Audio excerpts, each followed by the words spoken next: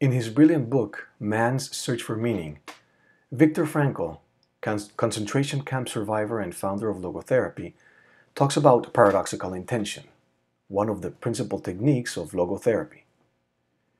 Frankl certainly does not use the word intention the same way we use it in field theory, but the effectiveness of the technique follows from an inner capacity that's also central in field practice, in the move from contradiction to alignment. This factor Frankl calls self-detachment. Field theory calls it witnessing. Frankl adds that this self-detachment is particularly effective when it is carried out with a sense of humor. Our ability to step back from our problems and see the humor in our predicament is much more than good-naturedness. It has the power to set us free. In field practice, being set free from some problem through the power of witnessing is only half of the story. We aren't just looking to be free from, but also free to. Free to be more fully who we are, happier, healthier, more joyful, alive. In short, free to embody ever more of everything we consider to be good. But before we can be free to, we have to be free from. And to this end, witnessing, stepping back and simply observing a situation or condition impassively, without real interest, engagement, or conclusions about it, is the first step. The Kabbalah, the main text of Jewish mysticism, lays out a complex numerical grid on which mathematical values and human values and meanings intersect. It is essentially the system of mystical Jewish numerology.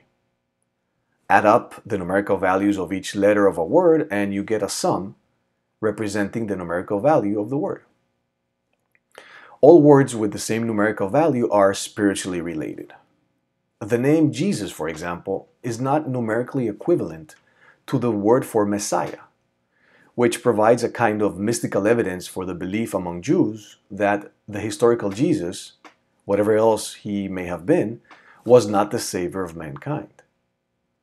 Similarly, the numerical values of the words victory and laughter are equivalent. This makes obvious sense in that being victorious in any situation prompts us to laughter and happiness. One of the most remarkable features of the Gematria, however, is in the spiritual principle of reversibility.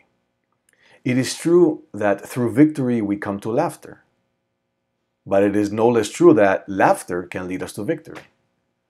Equations are equations, whether you read them right to left or left to right.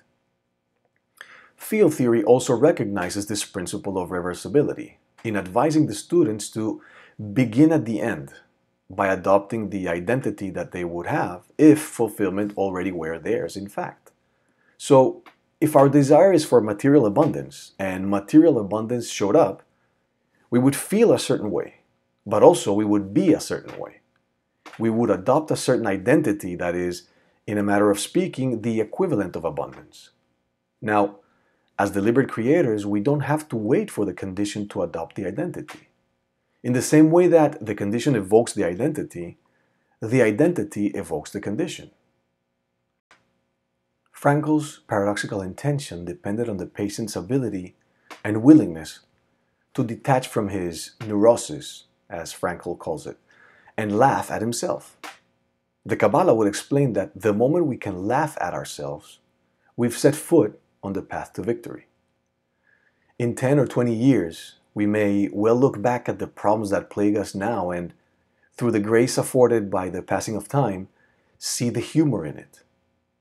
If this is so, why wait 10 or 20 years when we hold the key to our victory and our freedom right now?